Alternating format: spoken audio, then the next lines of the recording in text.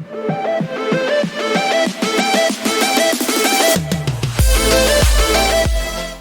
Guys, अस्सलाम वालेकुम। This is Khan Rafiq here.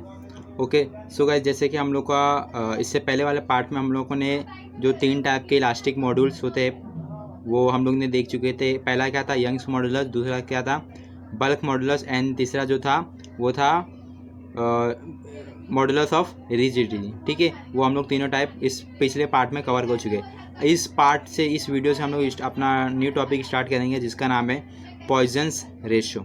अच्छा, पॉइजन्स रेशियो देखो मेरे गाइस, आप लोगों को पहले ही बता देता हूँ पॉइजन्स रेशियो क्या है। पॉइजन्स रेशियो है, मैं फॉर्मूला बता देता हूँ। तो फॉर्मूले से हम लोग डेफिनेशन लिखेंगे। क्या लिखेंगे? फॉर्मूले से डेफिनेशन। देखो फॉर्मूला क्या है, याद रखने के लिए बता रहा हूँ, ले लो, याद हो जाएगा। फॉर्मूला क्या है? ले लो। अब आप लोग बोलेंगे ले लो, ये कैसा फॉर्मूला है? देखो, lateral strain divide by longitudinal strain. Poisson's ratio का फॉर्मूला क्या है? ले लो। क्या फॉर्मूला है? ले लो, लेटरल स्ट्रेन। ले लो, ये जो मैं बोल रहा हूँ ये याद कराने के लिए, ठीक है, ताकि याद रहे। तो कभी मैं पूछूँ पॉइजन रेशियो क्या होता है तो क्या बोलोगे आप लोग?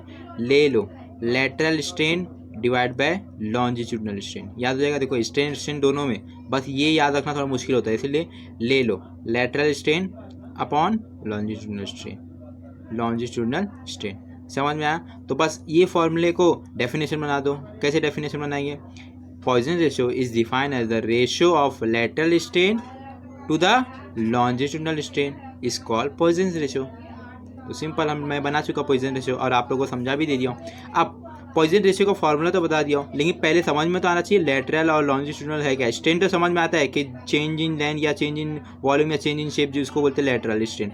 लेकिन लेटरल और लॉन्जिट्यूडिनल स्ट्रेन क्या होता है? तो देखो, लॉन्जिट्यूडिनल क्या होता है? लॉन्जिट्यूडिनल को हम लोग क्या बोल सकते हैं? दूसरा नाम क्या दे सकते हैं? मैंने बता चुका था, क्या? लीनियर बोल सकते हैं। लॉन्जिट्यूडिनल का दूसरा नाम क्या है? लीनियर। मतलब कि लेंथ में जो चेंजेस आता है ना, उसको क्या बोलते हैं? लॉन्जिट्यूडिनल। उसको क्या बोलते हैं? लॉन्ज। सपोज करो ये रॉड है या कोई भी एक चीज़ ऐसा, सिलेंडर जैसे। अब मैं यहाँ से फोर्स लगा रहा हूँ तो इसकी लेंथ बढ़ेगी, इसकी लेंथ बढ़ेगी कि नहीं बढ़ेगी? तो लॉन्जिट्यूडिनल स्ट्रेन हो गया वो। अब लेटरल स्ट्रेन क्या होता है? देखो, मैं ये फोर्स लगाया, इसकी लेंथ बढ़ी, तो इसका जो डायमीटर था, ये जो डायमीटर, जो मोटाई जिसको बोलेंगे, उर्दू में बोलेंगे मोटाई, इसकी मोटाई मतलब डायमीटर कम होगी कि नहीं होगी? कम होगी। तो उसी को बोलते हैं लेटरल स्ट्रेन। समझ में आ रहा है? लॉन्जिट्यूडिनल स्ट्रेन क्या है? जो चेंज इन लेंथ होता है, और लेटरल स्ट्रेन क्या होता है? Change in diameter, change in diameter. ठीक है, तो देखते हैं हम लोग क्या है। समझ में आ गया ना? तो आप लोग बस पढ़ते क्या है लिखा है क्या नहीं। ठीक है, suppose a wire is fixed at one and. ठीक है, सपोज करो एक वायर लिया, वो वन एंड से, मतलब यहाँ से सपोज करो फिक्स है, यहाँ से सपोज करो फिक्स है, ठीक है, यहाँ से खुला हुआ है। And a force is applied at its free and. यहाँ से मैंने सपोज करो ये फिक्स है, यहाँ से मैंने फोर्स अप्लाई किया, कहाँ से? यहाँ से, देखो यहाँ से। ठीक है, a force is applied at its free end so that the wire gets stretch. समझ में आ रहा है? वायर क्या हो जाएगा? स्ट्रेच हो जाएगा, क्योंकि मैं घसीट रहा हूँ ना। अभी देखो, इधर से पकड़ा हूँ और यहाँ से घसीट रहा हूँ। ठीक है, now length of the wire increase. अब ऑब्वियसली अगर मैं यहाँ से पकड़ा हूँ, ठीक है, इसको मैंने फिक्स कर दिया और यहाँ से घसीट रहा हूँ, यहाँ से घसीट रहा हूँ, तो इसकी लेंथ बढ़ेगी कि नहीं बढ़ेगी? तो length of the wire increase and at the same time इस डायमीटर डिक्रीज। ये भी पता चुका, अगर इसकी लेंथ अगर बढ़ेगी तो इसकी मोटाई पर डायमीटर क्या होगा? कम होगा ना, पतला हो जाएगा ना, ये पतला हो जाएगा, तो its diameter decrease. That is the wire becomes longer. तो ये वायर जो इतना छोटा था, जो वो बड़ा हो जाएगा, इतना बड़ा हो जाएगा, सपोज करो इतना बड़ा हो जाएगा। ठीक है, और लेकिन पतला हो जाएगा। पतले को क्या बोलते हैं इंग्लिश में? थिन। क्या बोलते हैं? थिन। लॉन्गर को क्या बोलते हैं? लॉन्गर। और जो पतला रहता है उसको क्या बोलते हैं? थिनर। समझ में आया? Becomes longer and thinner as shown in figure. देखो, दो चीज़ होती है, एक थिनर होती है और एक होती है थिकर। समझ में आ रहा है? दोनों चीज़ बता देता हूँ, एक होता है थिनर और एक होता है थिकर। थिनर क्या होता है? पतली चीज़, कोई भी पतली चीज़, पतली शीट रहने दो, देखो इतनी पतली। और थिकर क्या होता है? मोटा। थिकर क्या होता है? मोटा। समझ में आया? थिनर बहुत पतली सी है, थिकर बहुत मोटा सा है, इसको बोलते हैं। ठीक है, अब देखो ये देखो एग्जांपल भी दे दिया यहाँ पे। देखो ये इतना बड़ा सा रॉड, ये सपोज करो वायर था इतना बड़ा इतना मोटा, ये बाहर वाला जो सिलेंडर है। ठीक है, अब मैंने इसको घसीटा, यहाँ से फोर्स लगा, देखो ये फोर्स है, ये क्या है? फोर्स है। ठीक है, मैं यहाँ से फोर्स लगा, एकदम तेज के साथ फोर्स लगा, देखो यहाँ से घसीटा घसीटा। अब देखो इसकी लेंथ देखो बढ़ गई, लेकिन इसका डायमीटर कम हुआ कि नहीं हुआ? देखो पतला हो गया, पतला हुआ कि नहीं हुआ? तो उसकी डायमीटर कम हो गई, इसकी लेंथ बढ़ गई। तो वही चीज़ यहाँ पे लिखा हुआ है कि लेंथ बढ़ेगा, डिक्रीज इन डायमीटर होगा, और वायर कैसा हो जाएगा? बिकम्स लॉन्गर, बड़ा हो जाएगा, लेकिन थिनर, थिनर मतलब पतला हो जाएगा, एज शोन इन फिगर। समझ में आया? तो केस 1 क्या है हम लोग का? When a wire is stretch its length in increase. अगर हम लोग स्ट्रेच करेंगे कोई भी चीज़ को तो उसकी लेंथ क्या होगी? इंक्रीज होगी, एंड इट्स डायमीटर डिक्रीज हो गई। ठीक है, second case, when a wire is compress, when a wire is compress, compress मतलब देखो ये वायर है, इसको मैं इधर से तो फिक्स है, यहाँ से मैं कॉम्प्रेस कर रहा हूँ, दबा रहा हूँ उसको, ऐसे दबा रहा हूँ, खींच नहीं रहा हूँ, ऐसा खींच, ऐसा है ना जो है ना, ऐसा खींच नहीं रहा हूँ, ऐसा दबा रहा हूँ, अंदर दबा रहा हूँ। तो मुझे बताओ ये अंदर दबाऊंगा तो इसकी लेंथ छोटी होगी कि नहीं होगी? छोटी होगी ना इसकी लेंथ। ये अगर इतना है तो दबा के मैं फिर इतना कर दूंगा, इतना कर दूंगा, तो लेंथ इसकी क्या होगी? Decrease, and its diameter increase, क्योंकि मैं दबा रहा हूँ ना तो छोटा हो रहा है, तो छोटा हो रहा तो मोटा भी होगा ना। कोई भी चीज़ का अगर मैं पेन को ऐसे दबा रहा हूँ तो ये छोटा हो जाएगा, तो मोटा भी तो होगा ना। ये भी तो देखो पतला होगा, क्या नहीं होगा? मोटा होगा। तो लेंथ डिक्रीज होगा, लेकिन डायमीटर इंक्रीजेस। समझ में आया? तो देखो अभी हम लोग देखेंगे लॉन्जिट्यूडनल स्ट्रेन है ना, जो देखे थे हम लोग ने, पॉइजन्स रेशियो। क्या? Poisson's ratio. लॉन्जिट्यूडनल को क्या बोलते हैं? लीनियर भी बोलते हैं, है ना। लॉन्जिट्यूडनल को लीनियर भी बोलते हैं। तो देखो हम लोग देखेंगे पहला डेफिनेशन, लीनियर स्ट्रेन है क्या। मैंने बता चुका लीनियर स्ट्रेन क्या है। क्या है? जो लेंथ में चेंजेस आ रही है उसको क्या बोलेंगे? Linear strain. Simple, the ratio of change in dimensions to original dimension, क्योंकि ये स्ट्रेन है इसलिए ये डेफिनेशन सेम रहेगा। The ratio of change in dimensions to original dimensions in the direction of the applied force.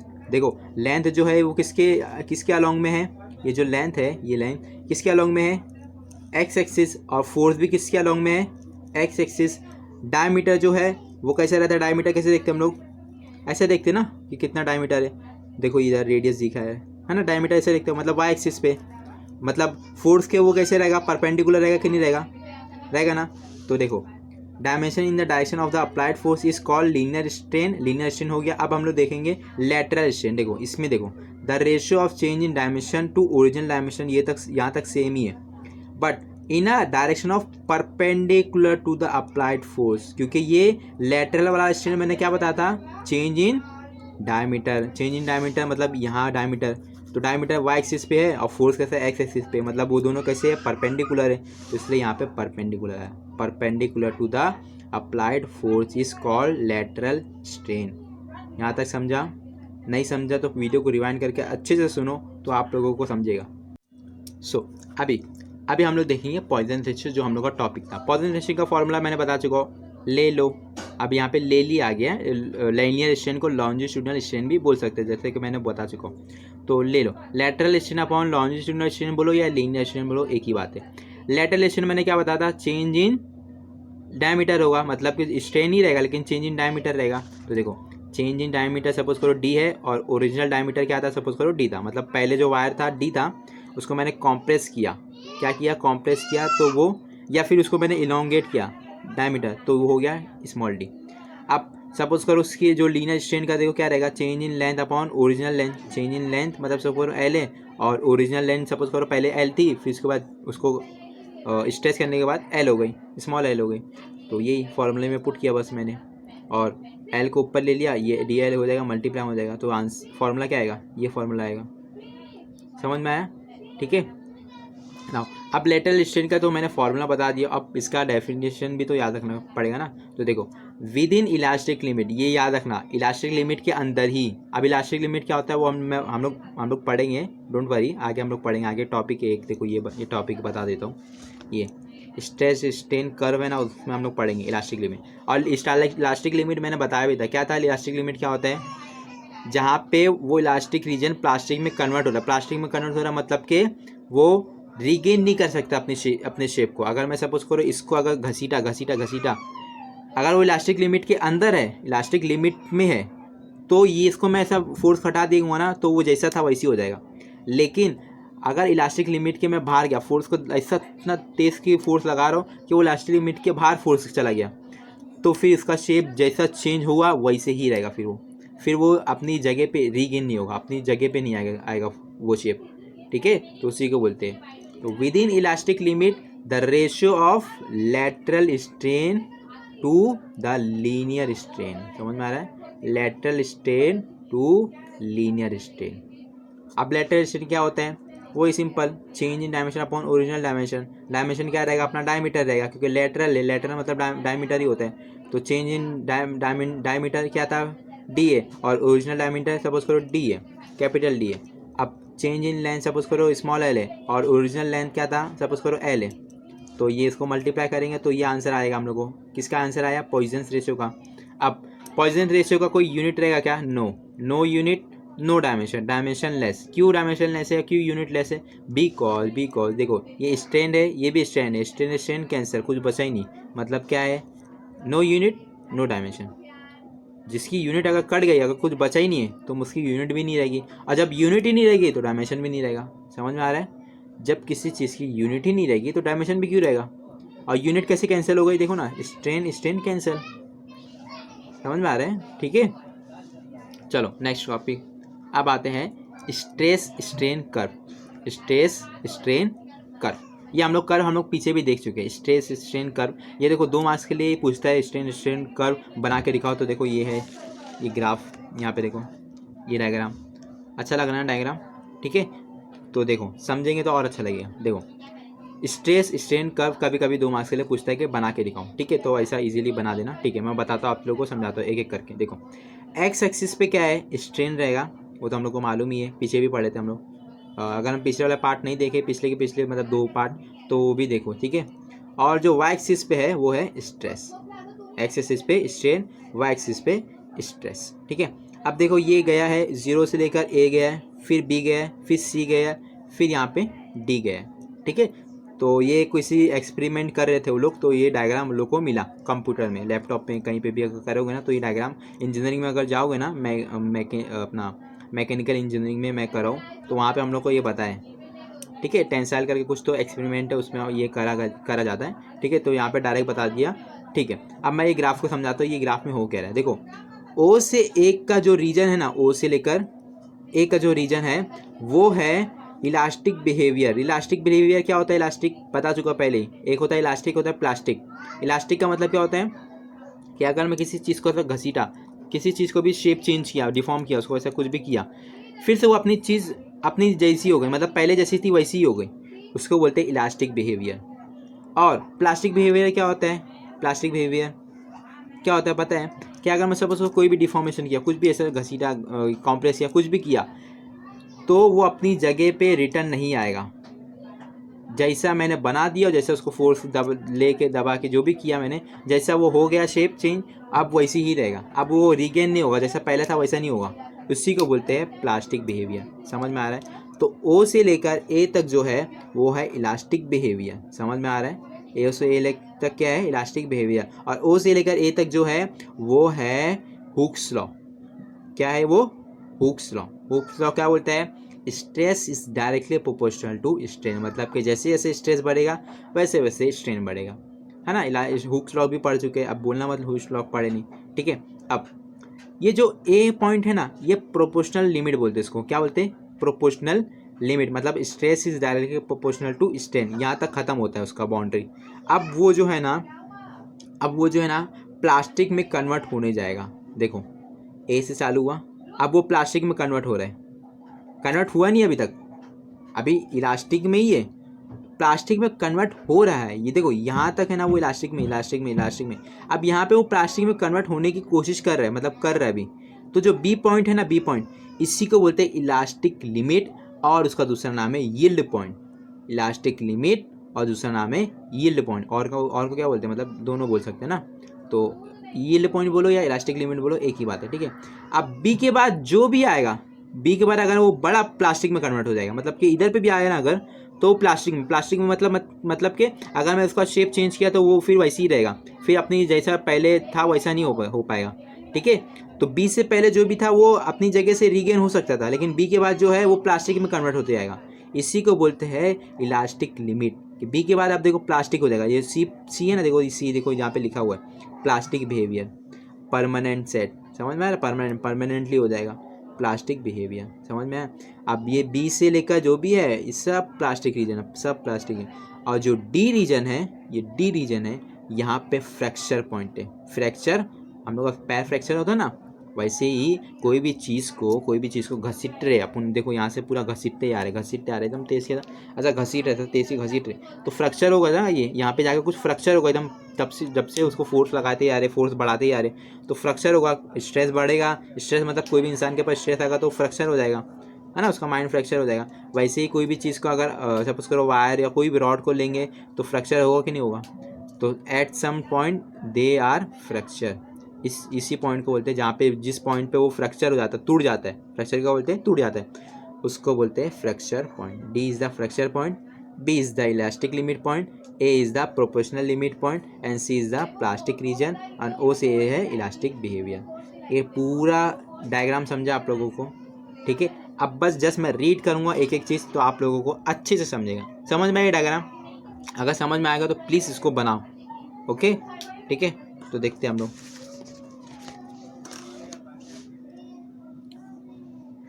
देखो, suppose a metal wire is suspended vertically from a rigid support and stretch by applying load और and, मतलब suppose करो ये wire है, suppose करो ये wire है, wire नहीं है, पेन है, बट वायर सपोज करो, ठीक है, ये वायर है, यहाँ से मैंने उसको ना क्या किया, पकड़ा, यहाँ से मैं पकड़ा और यहाँ से घसीट रहा हूँ, स्ट्रेच कर रहा हूँ, क्या कर रहा हूँ, यहाँ से पकड़ा हूँ रिजिड से और यहाँ से जो है ना मैं इसको घसीट रहा हूँ, यहाँ से ऐसा घसीट रहा हूँ, ऐसा स्ट्रेच कर रहा हूँ, देखो applying load to its lower end से मैं घसीट रहा हूँ उसको, ठीक है। पैराग्राफ समझा, पहला पैराग्राफ समझा, ठीक है। Now the load is gradually increase, अब मैं क्या करूँगा पता है, जो फोर्स से मैं घसीट रहा हूँ ना, अब वो फोर्स से मैं उसको इंक्रीज करूँगा, मतलब वो जो फोर्स से मैं सपोज 10 न्यूटन से घसीट रहा था तो अब मैं 20 न्यूटन से, फिर 13 न्यूटन से, फिर 14 न्यूटन से ऐसा घसीटूंगा।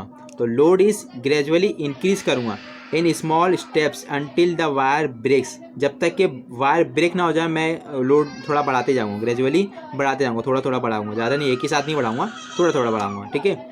The elongation produced in the wire is measure during each step, तो इलांगेशन जो भी रहेगा वो हम लोग मेजर करेंगे ईच स्टेप में, समझ में आया, ठीक है। नाउ ये डायग्राम तो हमने समझा दिया हूँ, ठीक है। Now initial part of the graph is a straight line O A, ठीक है। इनिशियल पार्ट क्या है, ओ ए ही है, ओ से लेकर ए तक है, ठीक है। This is the region in which Hooke's law is obey, जैसे मैंने बता चुका हूँ, ये क्या है, हुक्स लॉ को क्या करता है, ओबे करता है, समझ में आ रहा है, ठीक है, obey. And the stress is directly proportional to strain, जैसे मैंने बता चुका, हुक्स लॉ ना, हुक्स लॉ क्या होता है, stress is directly proportional to strain. Now next paragraph क्या बोल रहा है, the straight line portion ends at a at, ये जो स्ट्रेट लाइन जो बन रहा है ये एंड्स किधर हो रहा है, स्टार्ट यहाँ से हो रहा है, एंड कहाँ पे हो रहा है, इधर, तो वही चीज़ बोल रहा है, the straight line portion ends at A, ठीक है। The stress at this point is called proportional limit, ऐसे यहाँ पे जो स्ट्रेस आएगा उस स्ट्रेस को क्या बोलते हैं, प्रोपोर्शनल लिमिट, क्या बोलते हैं, ये जो ए है ना, ये ए के ऊपर जो भी स्ट्रेस रहेगा, ये जो स्ट्रेस है जहाँ पे ये स्ट्रेस, ठीक है, ये स्ट्रेस को क्या बोलते हैं, प्रोपोर्शनल लिमिट, ठीक है। ये सब एमसीक्यू में कभी कभी पूछ लेते हैं, ठीक है। Now next, the material of the wire shows elastic behaviour in the region O B, O से लेकर जो बी है वो इलास्टिक रीजन बताता है। देखो मेरी बात समझो, मैंने पहले ही बता चुका फिर बता रहा हूँ, ओ से ए तक भी इलास्टिक है और ए से लेकर बी तक भी इलास्टिक ही है। मतलब क्या हो रहा है पता है, ओ से ए इलास्टिक है, अब ए से बी जो हो रहे हैं ना वो प्लास्टिक में कन्वर्ट हो रहा है, बट प्लास्टिक में कन्वर्ट हुआ नहीं अभी तक, ठीक है। बी के बाद वो प्लास्टिक में कन्वर्ट हो गया, समझ रहे, बी के बाद प्लास्टिक में कन्वर्ट हो गया, ए से लेकर बी तक वो कन्वर्ट हो रहा है, समझ में आ रहा है, ए से लेकर बी तक वो कन्वर्ट हो रहा है, तो अभी भी वो इलास्टिक ही बिहेवियर रहेगा उसका ए से लेकर बी तक, है ना।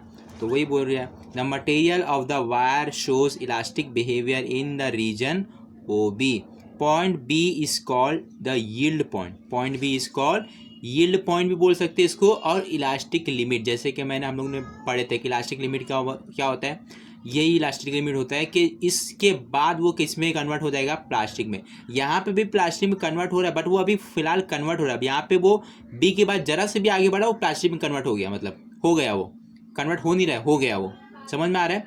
ए से बी में हो रहा है, लेकिन बी से सी में मतलब हो चुका है वो, समझ में आ रहा है। बी के अगर आगे बढ़ा तो वो हो गया, तो इलास्टिक लिमिट है ना, वाईफाई की भी कोई लिमिट होती है, उसके आगे जाएंगे तो तुम लोग वाईफाई कनेक्ट कर पाओगे क्या मोबाइल में, है ना। एग्जाम्पल लिया मैंने, फॉर एग्जाम्पल वाईफाई, ठीक है। तो इलास्टिक लिमिट उसी को बोलते हैं। तो B is the elastic limit, A is the proportional limit. समझ में आ रहा है, आई होप समझ में आ रहा हो, ठीक है। Point B is called the yield point, the corresponding point is called elastic limit, ठीक है। उसको यील्ड पॉइंट भी बोल सकते हैं और इलास्टिक लिमिट भी बोल सकते हैं। समझ में आ रहा है। Now if the load is remove, देखो क्या बोल रहा है वो, if the load is remove at any point beyond B, C for example, मतलब कि क्या बोल रहा पता है, देखो एक होता है बिहाइंड, एक होता है बियॉन्ड।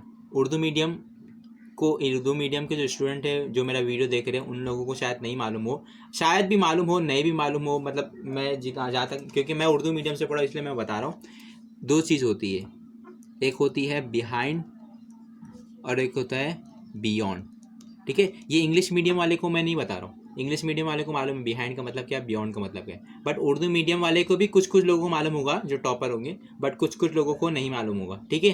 तो मैं बता देता हूँ, बिहाइंड का मतलब होता है पीछे, कोई भी इंसान के पीछे या किसी भी चीज़ के पीछे, उसको क्या होते हैं, बिहाइंड।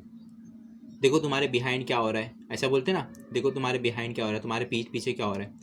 अच्छा, बिहाइंड का मतलब ये, बियॉन्ड का मतलब क्या होता है, मतलब तुम्हारे आगे क्या हो रहा है, बियॉन्ड, आगे का, समझ में आ रहा है। पीछे को क्या बोलते हैं, बिहाइंड, आगे को क्या बोलते हैं, बियॉन्ड, समझ में आ रहा है, ठीक है।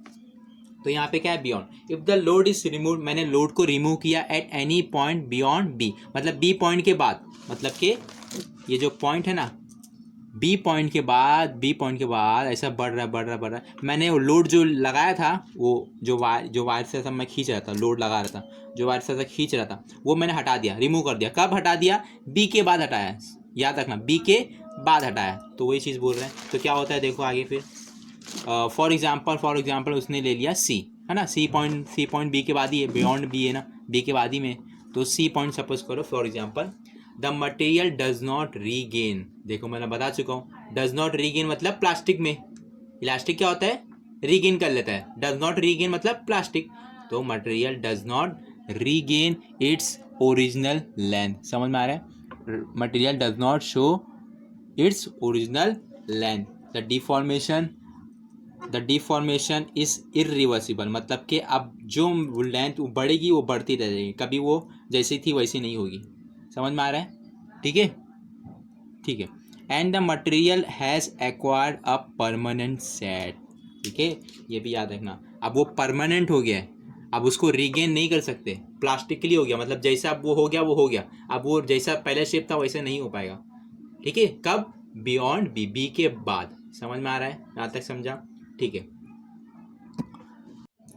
अब देखो नेक्स्ट पैराग्राफ में क्या बोला है, further increase in load, suppose करो मैंने फर्दर इंक्रीज किया, लोड जो लगा रहा था, जो वायर से घसीट रहा था, वो लोड को मैंने लोड जो फोर्स से मैं घसीट रहा हूँ, वो फोर्स को मैं इंक्रीज कर रहा हूँ, तो a large increase in strain, तो इंक्रीज में स्ट्रेन में क्या होगा, इंक्रीज दिखेगा, स्ट्रेन क्या होगा, इंक्रीज होगा। क्यों स्ट्रेन होगा, अगर देखो ना मैं वायर को घसीट रहा हूँ, बहुत तेज़ से घसीट रहा हूँ, फोर्स एकदम इंक्रीज कर दिया, तो जब फोर्स इंक्रीज कर दिया तो इसका लेंथ भी बढ़ेगा, क्योंकि मैं घसीट रहा हूँ, रबर की तरह घसीट रहा हूँ, तो बढ़ेगा कि नहीं बढ़ेगा लेंथ, ये पेन या वायर का लेंथ बढ़ेगा।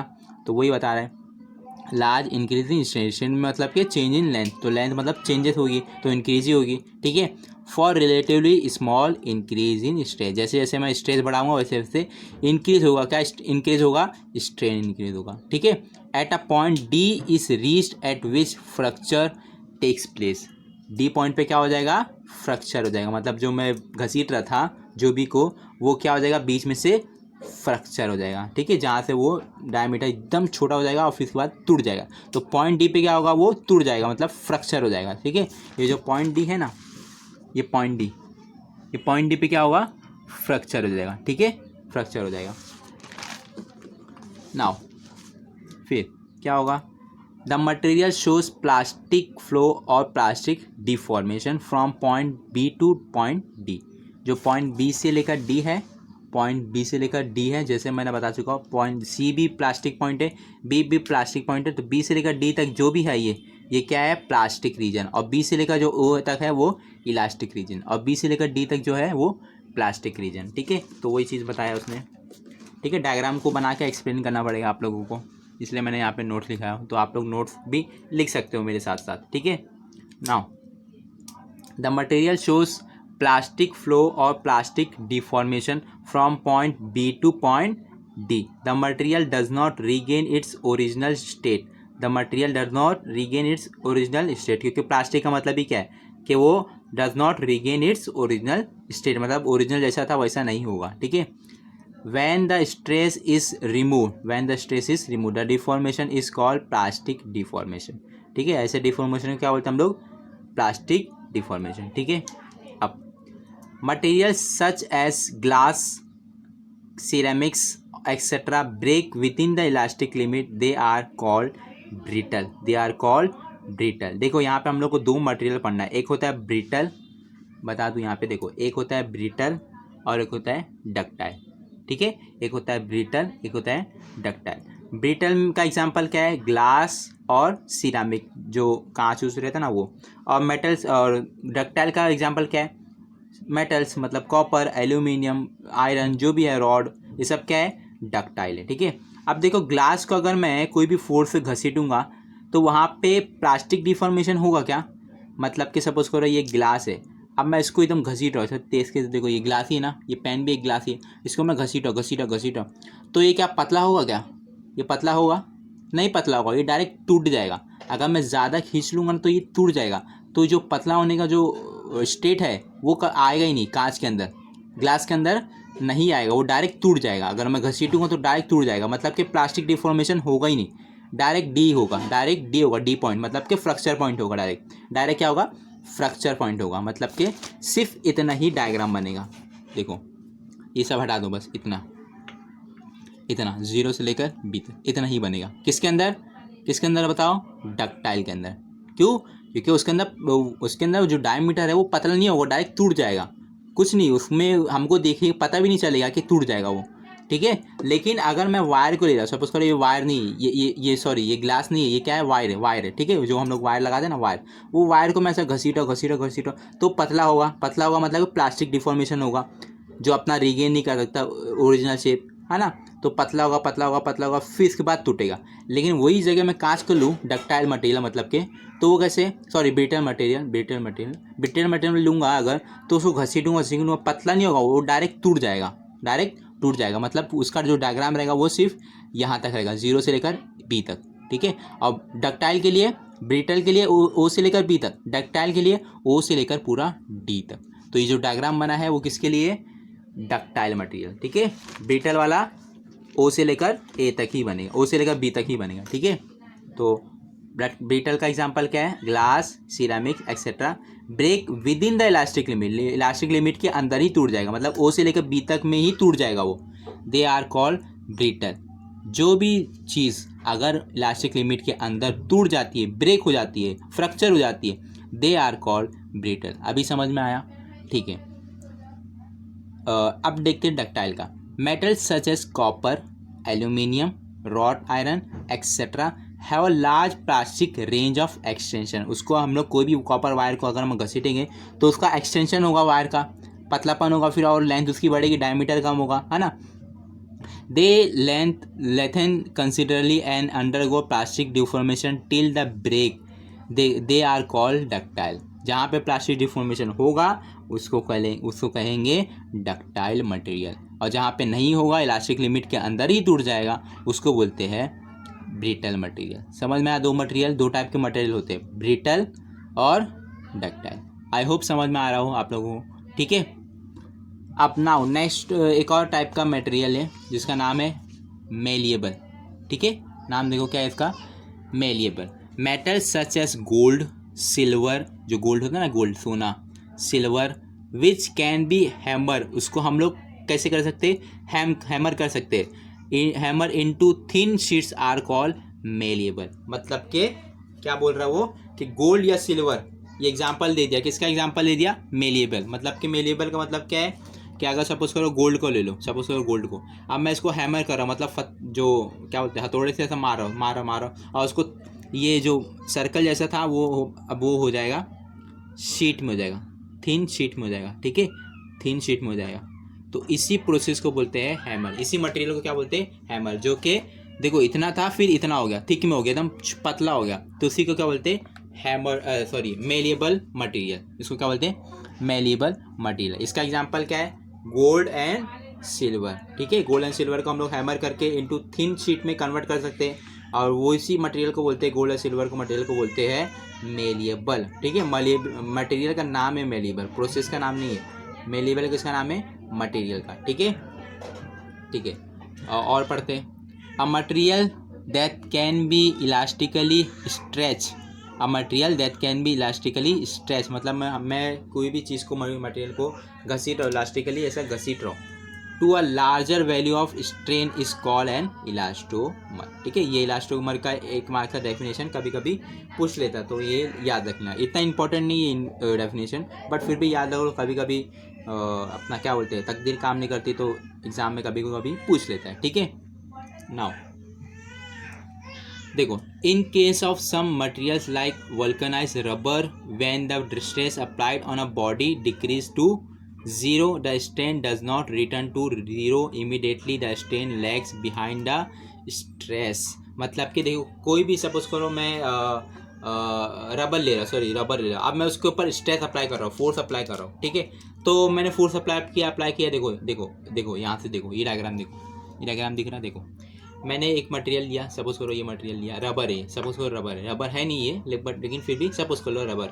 अब मैं इस रबर को घसीट रहा हूँ, स्ट्रेच कर रहा हूँ, ठीक है। तो देखो स्ट्रेच कर रहा हूँ तो स्ट्रेच बढ़ रहा है और स्ट्रेन भी बढ़ रहा है, ठीक है। स्ट्रेच बढ़ रहा है, स्ट्रेन भी बढ़ रहा है, स्ट्रेच बढ़ रहा है, स्ट्रेन भी बढ़ रहा है, स्ट्रेच बढ़ रहा है। अब मैं यहाँ पे पॉइंट पे जब आया ना, तब मैं ना ये जो मैं स्ट्रेच लगा रहा था, अब मैं हटा दिया, तो वो कैसा हो जाएगा, फिर से रिटर्न अपनी जगह पे आ जाएगा जैसा था। क्यों? क्योंकि इलास्टिक में हम लोग कर रहे हैं, इलास्टिक जो मटेरियल है वो इलास्टिकली है, इलास्टोमर है, तो इसलिए मैंने जब हटा दिया लोड को, तो वो अपनी जैसा पहले शक्ल था उसकी वैसी हो जाएगी।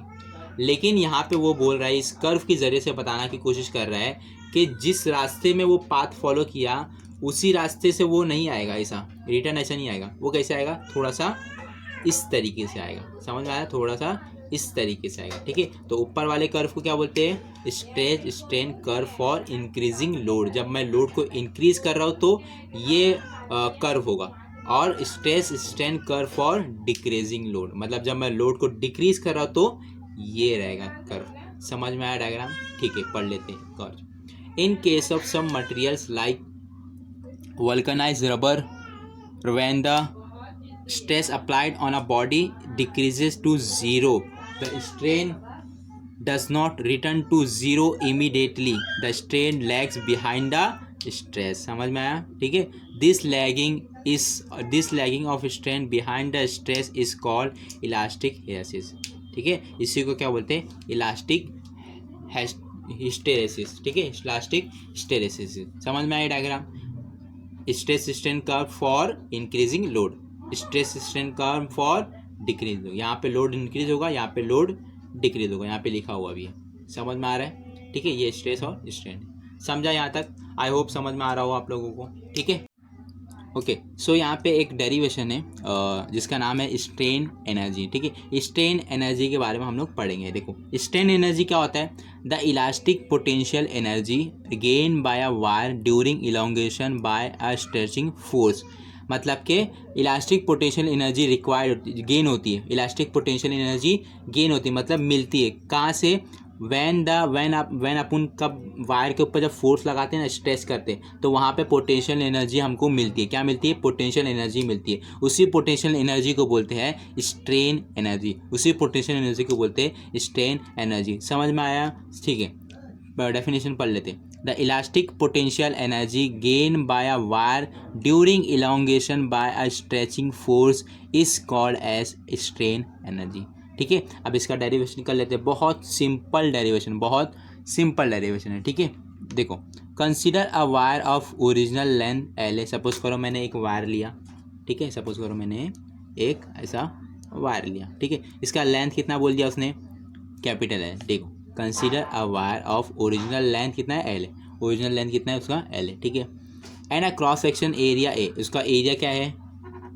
क्रॉस सेक्शन एरिया कितना है? ए, सपोज करो, ठीक है, A. Stretch by a force F, फिर यहाँ पे फोर्स की वजह से मैंने स्ट्रेच किया, इस वायर को मैंने घसीटा, ठीक है, किससे? फोर्स से। ये फोर्स को किससे दिखाया मैंने? एफ से दिखाया। समझ में आ रहा है? ठीक है, एक्टिंग अलॉन्ग इट्स लेंथ के अलॉन्ग, मतलब मैं ऐसा घसीट रहा हूँ, ठीक है, लेंथ के अलॉन्ग घसीट रहा हूँ। The wire gets stretch and elongation L is produce in is, मतलब कि अब इसके अंदर देखो ना चेंजेस आएगी। अब ये वायर को मैं जब घसीटूंगा तो यहाँ पे थोड़ा सा बढ़ेगा वायर, ये वायर को सपोज करो एल बढ़ा, स्मॉल एल बढ़ा कि नहीं बढ़ा? तो इस जो इलोंगेशन हुआ है इसको सपोज करो स्मॉल एल। समझ में आया है ना? जब मैं फोर्स लगाऊंगा, जब यहाँ से मैं फोर्स लगाऊंगा, सॉरी यहाँ से यहाँ एक जगह से फोर्स लगाऊंगा तो लेंथ बढ़ेगा। लेंथ पहले एल थी, अब क्या हो गई? L plus small L. ठीक है, तो ये बता रहा वो wire gets stretch and elongation, जो इलोंगेशन होगा वो सपोज करो small L is produce in it. ठीक है, अब लॉन्जिट्यूडनल स्ट्रेस का फॉर्मूला क्या होता है? F upon L. नहीं मालूम तो प्लीज़ इसके जितना भी इसके पिछले इस चैप्टर के जितना भी पहले पार्ट है, वीडियो है, वो सब देख के आओ। डिस्क्रिप्शन में उसकी लिंक दी रहेगी। जितने भी इस चैप्टर के जो पार्ट है, पार्ट 1, पार्ट 2, पार्ट 3 जो भी है, ये इस डिस्क्रिप्शन में लिंक दी रहेगी, वो सब भी पहले का वीडियो देखो, ठीक है, तो आप लोगों को समझेगा। तो लॉन्जिट्यूडनल का स्ट्रेस का फॉर्मूला क्या है? एफ अपॉन ए। ठीक है, और लॉन्जिट्यूडनल स्ट्रेन का फॉर्मूला क्या रहता है? Change in dimension upon original dimension, मतलब change in length upon original length. Change in length कितना हुआ? स्मॉल है, और ओरिजिनल लेंथ कितना था? कैपिटल। समझ में आया? ठीक है, तो यहाँ पे देखो वाई मतलब क्या है? वाई मतलब क्या है? यंग्स मॉडुलस, है ना? वाई क्या मतलब क्या है? Young's modulus. यंग्स मॉडुलस का फॉर्मूला क्या है? Longitudinal stress upon longitudinal strain. Simple formula, देख चुके हम लोग ये भी, ठीक है, कोई नया बात नहीं है इसके अंदर। अब लॉन्जिट्यूडनल स्ट्रेस का फॉर्मूला क्या है? एफ अपॉन ए, तो एफ अपॉन ए लिख दिया, डिवाइड। अब लॉन्जिट्यूडनल स्ट्रेन का फॉर्मूला क्या है? एल अपॉन कैपिटल, तो स्मॉल एल अपॉन कैपिटल। समझ में? अब मैं देखो कि ए और स्मॉल एल क्या हो जाएगा? मल्टीप्लाई हो जाएगा, और ये कैपिटल एल जो नीचे है वो ऊपर गया तो मल्टीप्लाई हो जाएगा, तो एफ इंटू एल अपॉन ए इंटू स्मॉल एल। ये क्या मिला मुझे? यंग्स मॉडुलस मिला। अगर मुझे फोर्स मालूम करना है तो मैं क्या करूँगा? फोर्स को ये रखूँगा, बाकी जो भी टर्म है उसको ये साइड भेज दूंगा। ठीक है, तो देखो ए उधर गया, है ना, डिवाइड में उधर गया तो मल्टीप्लाई में, देखो वाई इंटू ए। एल डिवाइड में उधर गया तो मल्टीप्लाई में, देखो मल्टीप्लाई में। फिर ये एल यहाँ पे मल्टीप्लाई में उधर गया तो डिवाइड में, तो डिवाइड में। तो फोर्स का फॉर्मूला क्या आया? Y A L upon L. Equation number 1 दे दो। ठीक है, अब यहाँ पे कुछ लेट करने की चीज़ें, अजम्पशन जिसको बोलेंगे, अजम्पशन कुछ करेंगे हम लोग। ठीक है, लेट करो, let F be the force. ठीक है, सपोज करो एफ क्या है? Be the force applied and X be the corresponding acceleration. अभी देखो, इससे पहले वाले पार्ट में हम लोग ने क्या देखे थे, मतलब पहले वाले पार्ट मतलब यहाँ पे क्या देखे थे हम लोग? पीछे वाले में क्या देखे थे कि कैपिटल फोर्स क्या था? कैपिटल एफ, और इलोंगेशन क्या था? Small L. बट यहाँ पे इसने क्या कंसिडर किया? एफ, ये एफ स्मॉल एफ, और एक्सटेंशन सब कुछ, मतलब जो इलोंगेशन है वो सपोज किया एक्स है। ठीक है, सपोज कर लिया उसने, लेट कर लिया, चलेगा। तो क्या फार्मूला में चेंजेस आएगा? सिंपल फार्मूला सेम रहेगा। देखो ये फार्मूला तो सेम रहेगा, Y upon A L upon L. तो एफ की जगह क्या आएगा? स्मॉल एल, स्मॉल एफ हो जाएगा, और एल की जगह क्या आएगा? एक्स हो जाएगा, है ना? देखो ना, F be the force applied and X be the corresponding extension. तो simple small F is equal to Y A, ऐसी तो रहेगा, और एक्स बस बदलेगा, एल की जगह क्या आएगा? एक्स आएगा, और डिवाइड बाय एल। ठीक है, अब the work done is given by work. Work का फॉर्मूला क्या होता है? 11 के फर्स्ट चैप्टर में हम लोग पढ़े वर्क का फॉर्मूला क्या होता है, फोर्स इंटू डिस्प्लेसमेंट। सपोज करो वर्क डन जो हो रहा है वो स्मॉल हो रहा है, ठीक है, स्मॉल ही वर्क डन होगा, ठीक है, तो स्मॉल वर्क डन हो रहा है तो DW में लिखूंगा। देखो फिजिक्स में कहीं पे भी D आता है ना तो समझ लेना वो स्मॉल है। डेरिवेटिव का ये D का मतलब डेरिवेटिव होता है एक्चुअली में, बट मैथ्स में हम लोग देखते हैं, बट स्मॉल फिजिक्स में कभी भी याद रखना ये क्या होता है, D का मतलब स्मॉल होता है, मतलब डेरिवेटिव ही होता है, बट अभी फिलहाल के लिए याद रखो ये स्मॉल होता है, ठीक है। जहाँ पे भी D है मतलब कि स्मॉल वर्क डन। देखो सपोज करो अगर DA लिखा रहता तो मैं क्या पढ़ता वहाँ पे स्मॉल एरिया, ए का मतलब एरिया लेकिन DA लिखा है तो मतलब स्मॉल एरिया। वैसे देखो यहाँ पे वर्क डन है लेकिन वर्क डन में नहीं पढ़ूंगा, क्या स्मॉल वर्क डन, समझ में, D का मतलब क्या स्मॉल हो जाता है, ठीक है। अब ये F का फॉर्मूला क्या है, ये फॉर्मूला है y(x/L) और डिस्प्लेसमेंट सपोज करो dx है, ठीक है, सपोज करो dx है तो dx को ऐसे ही लिखा मैंने, ठीक है। अब देखो मेरे को अगर याद रखना फिजिक्स में कभी भी ये स्मॉल वर्क डन मालूम हुआ, मुझे टोटल वर्क डन मालूम करना है तो टोटल के लिए हमेशा याद रखना इंटीग्रेशन करना पड़ता है, ठीक है।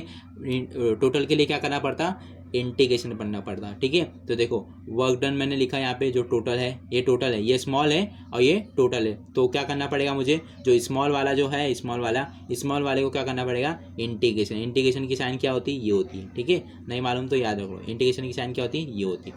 अब इंटीग्रेशन में सपोज करो उसकी लेंथ पहले थी, पहले जो एक्सप्रेशन हुआ वो कुछ नहीं था, पहले देखो ये इंटीग्रेशन है और ये जो ऊपर और नीचे है ना, ऊपर ये जो है अब लोअर लिमिट है, ये अपर लिमिट है, ये लोअर लिमिट है, ये अपर लिमिट है। और लोअर अपर मतलब क्या है, जहाँ से स्टार्ट हुआ और कहाँ पे ख़त्म हुआ, ठीक है। तो देखो when the wire gets stretch from x = 0, जब मैं उस वायर को लिया था तब उसके अंदर एक्सटेंशन था क्या, कुछ नहीं था, मतलब 0 था। और जब मैंने वायर को फोर्स लगाया और घसीटा तो उसका एक्सटेंशन हुआ L हो गया, ठीक है। The total work done is given as क्या हो जाएगा, स्मॉल वर्क डन ऐसे लिखूंगा, इंटीग्रेशन करूंगा, क्यों करूंगा इंटीग्रेशन, क्योंकि मुझे टोटल मालूम करना है। अब लिमिट भी लिखना पड़ेगा कि कहाँ से कहाँ तक हुआ, तो 0 से लेकर L तक हुआ है ना, 0 से L कहाँ से आया समझ में आया ना, ठीक है।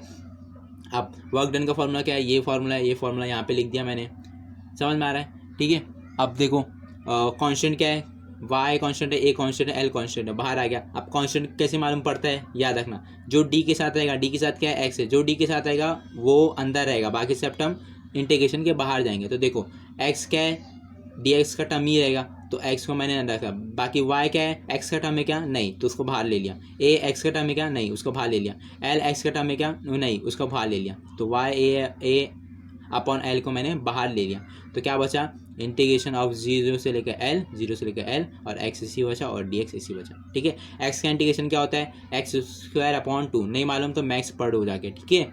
मैक्स का भी वीडियो मैं इंशाल्लाह अगर डालूंगा, अगर मेरे को टाइम मिला तो डालूंगा ज़रूर, ठीक है।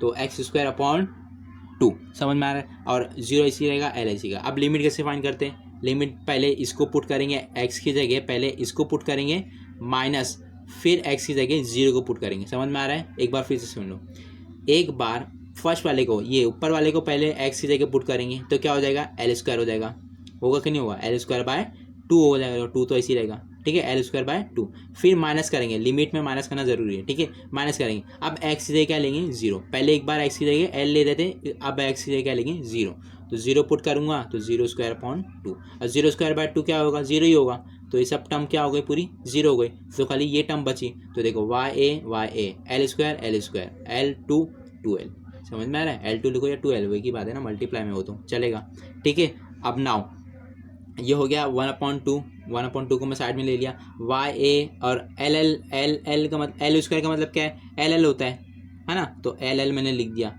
और divide by L।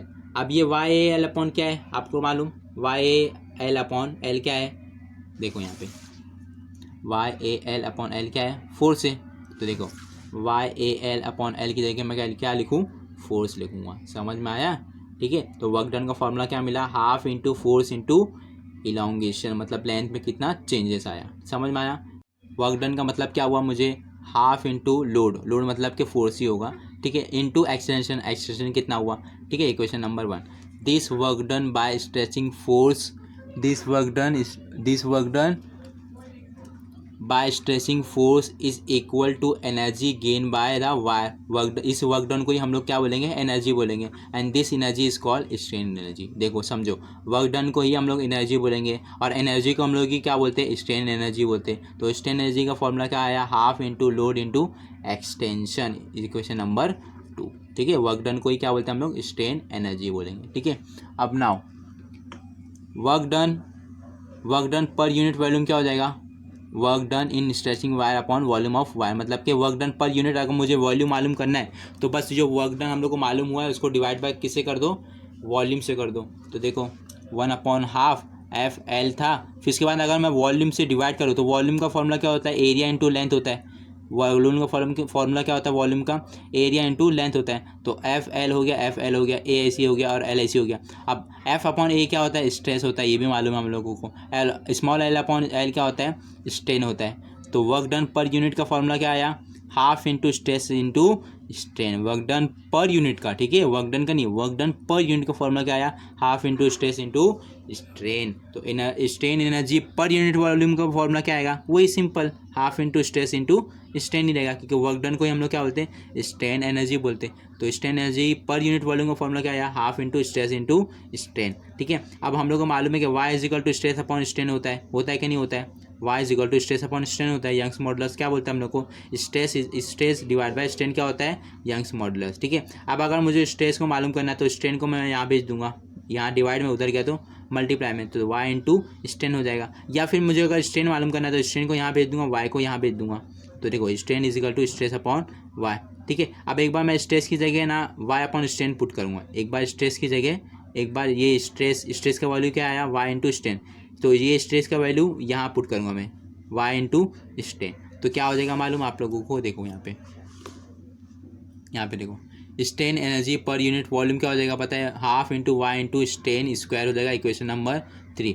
Also strain energy per unit volume क्या हो जाएगा, half into stress square upon Y. मतलब स्ट्रेन के फॉर्मूले में अगर रहेगा तो वाई मल्टीप्लाई में रहेगा, लेकिन अगर इन टर्म्स ऑफ स्ट्रेस है तो वाई डिवाइड में रहेगा। समझ में आ रहा है, स्ट्रेन एनर्जी का फॉर्मूला 2 हो गया अभी।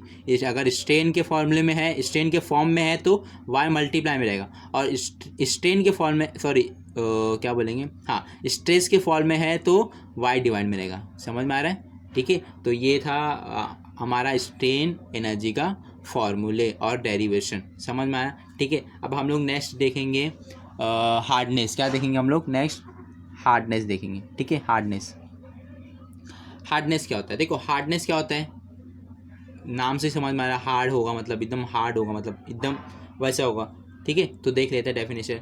It is the property of a material which enables to resist plastic deformation. मतलब डिफॉर्मेशन को, प्लास्टिक जो डिफॉर्मेशन हो रहा है होगा उसको रेजिस्ट करेगा, उसको रोकेगा, रेजिस्ट करेगा। सब क्या करेगा, रेजिस्ट करेगा, रोकेगा, मतलब हार्ड रहेगा। हार्ड रहेगा कोई भी चीज़ तो उसको मतलब हार्ड रहेगा तो मतलब उसको कोई भी चीज़ को घसीट नहीं सकते, ठीक है। तो the term hardness also refers to stiffness और resistant to bending, scratching, abrasion और कटिंग, ठीक है। The greater the hardness the greater is the resistant to deformation. जितना ग्रेटर रहेगा हार्डनेस उतना ही रेजिस्टेंट टू डिफॉर्मेशन होगा। Hardness of material is different from its strength and toughness, ठीक है। जो मटेरियल का हार्डनेस रहेगा वो डिफरेंट रहेगा from its strength and toughness, ठीक है। एक एक चीज़ करके हम लोग पढ़ेंगे, स्ट्रेंथ और टफनेस क्या होता है। हार्डनेस का मतलब समझ में आना है कि ऐसा मटेरियल जो रेजिस्ट करता है प्लास्टिक डिफॉर्मेशन को, मतलब रेजिस्ट करता है मतलब कि प्लास्टिक डिफॉर्मेशन होने से रोकता है, उस मटेरियल को बोलते हैं हार्डनेस मटेरियल है। ये बहुत हार्ड मटेरियल है, मतलब कि ये जल्दी प्लास्टिक डिफॉर्मेशन नहीं होता। समझ में आया। अब if a force is applied to a body it produces deformation. Suppose करो मैंने एक बॉडी लिया, उसके ऊपर फोर्स अप्लाई कर रहा हूँ तो वो डिफॉर्मेशन कर रहा है। डिफॉर्मेशन कर रहा है मतलब कि मतलब उसका एक्सटेंशन हो रहा है। क्या हो रहा है, एक्सटेंशन हो रहा है। In it higher is the force required for deformation, मतलब हायर फोर्स रिक्वायर्ड है डिफॉर्मेशन के लिए, ठीक है।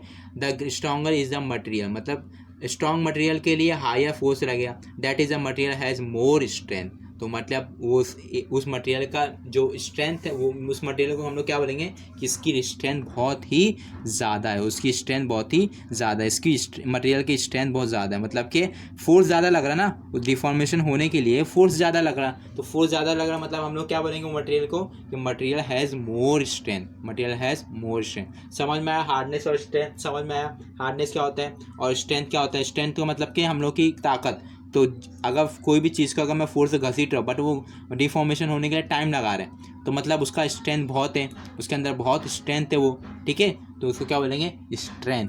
समझ नाउ अभी हम लोग देखेंगे टफनेस। टफनेस क्या है? Toughness is the ability of a material to resist fracturing when a force is applied to it. Toughness क्या होता है मतलब कि टफनेस क्या होता है मतलब वो फ्रैक्चर होने से रोकता है। कोई भी मटेरियल अगर फ्रैक्चर होने से रोकता है उसको क्या बोलेंगे टफनेस। कोई भी मटेरियल अगर फ्रैक्चर, जो फ्रैक्चर मतलब टूटने से रोकता है मटेरियल, तो ऐसे मटेरियल को बोलेंगे टफनेस। क्या बोलेंगे ऐसे को? टफनेस बोलेंगे, ठीक है। तो हम लोग ने 3 चीज़ें पढ़ी इस टॉपिक में, हार्डनेस, स्ट्रेंथ और टफनेस। हार्डनेस क्या है कि रेजिस्ट होता है डिफॉर्मेशन, मतलब डिफॉर्मेशन जो हो रहा है, जो डिफॉर्मेशन होता है, जो घसीटते हैं हम लोग फोर्स, तो लेंथ इंक्रीज, सॉरी जो फोर्स से हम लोग लेंथ मतलब अपने रॉड को घसीटते हैं तो उसकी लेंथ बढ़ती है, तो उस जो लेंथ बढ़ने को क्या बोलते हैं डिफॉर्मेशन बोलते हैं। तो उस डिफॉर्मेशन को रोकने के लिए जो रोकता है उस मटेरियल को क्या बोलते हैं हार्डनेस। और स्ट्रेंथ, स्ट्रेंथ किसको बोलते हैं? स्ट्रेंथ इसको बोलते हैं कि हम कोई भी मटेरियल को अगर फोर्स लगा रहा है उसको डिफॉर्मेशन करने के लिए, ज़्यादा फोर्स लगा रहा है, तो ऐसे मटेरियल को बोलते हैं स्ट्रेंथ। समझ में आया? अब नाउ हम लोग देखेंगे टफनेस। टफनेस क्या होता है कि ऐसा मटेरियल जो फ्रैक्चर होने से रेजिस्ट करता है, मतलब रोकता है ऐसे फोर्स को, ऐसे मटेरियल को क्या बोलते हैं टफनेस। मतलब ये मटेरियल बहुत टफ है, मतलब फ्रैक्चर नहीं होता है। टफ मतलब फ्रैक्चर नहीं होता है। समझ में आ रहा है? देखो हार्ड मटेरियल क्या होता है मतलब जो डिफॉर्मेशन जिसमें जल्दी नहीं होता उसको क्या बोलेंगे हार्ड मटेरियल। स्ट्रेंथ मतलब क्या होता है कि जिसको डिफॉर्मेशन होने के लिए ज़्यादा फोर्स रिक्वायर्ड होता है उसको बोलेंगे कि ये मटेरियल बहुत स्ट्रेंथफुल है, ठीक है, मोर स्ट्रेंथ है। टफनेस मटेरियल का मतलब क्या होता है कि वो मटेरियल फ्रैक्चर नहीं होगा, मतलब वो मटेरियल फ्रैक्चर होने से रेजिस्ट करेगा, रोकेगा, तो उस मटेरियल को क्या बोलेंगे टफनेस। यहाँ तक समझा? ठीक है। तो आगे का जो भी टॉपिक है जो बाकी है वो टॉपिक हम लोग नेक्स्ट पार्ट में कवर करेंगे इंशाल्लाह। तो अगर जिन लोगों को ये वीडियो अच्छा लगे और समझ में आए तो प्लीज़ लाइक कीजिएगा, शेयर कीजिएगा, एंड जो लोग नए हैं प्लीज़ सब्सक्राइब कीजिएगा, प्लीज़ सब्सक्राइब कीजिएगा, क्योंकि मैंने देख रहा हूँ कि वीडियो देख के लोग चले जाते हैं बट सब्सक्राइब नहीं करते, तो प्लीज़ सब्सक्राइब कीजिएगा। ऐसे वीडियो महाराष्ट्र बोर्ड के स्टूडेंट के लिए आते रहेंगे, तो आप लोग प्लीज़ सब्सक्राइब कीजिए। एंड जो लोग पुराने हैं वो लोग प्लीज़ शेयर कीजिए, लाइक तो करेंगे I know, but please share भी कीजिए। तो मिलते हैं नेक्स्ट वीडियो में, तब तक के लिए अल्लाह हाफिज़।